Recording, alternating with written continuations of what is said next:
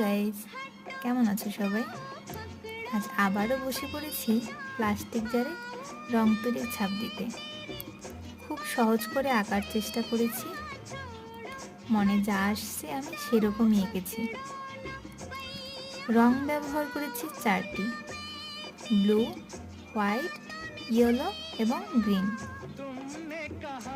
এই ডিজাইনটি তোমরা সহজেই এঁকে নিতে পারবে।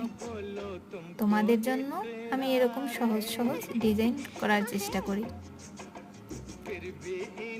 কেমন লাগলো ফাইনাল লুক অবশ্যই কিন্তু কমেন্টস করে জানিও। আর হ্যাঁ, চ্যানেলটি সাবস্ক্রাইব করে বেল বাটনটি অন করে রেখো, যাতে নতুন নতুন ভিডিও সবার আগে তোমার কাছে পৌঁছে যেতে পারে।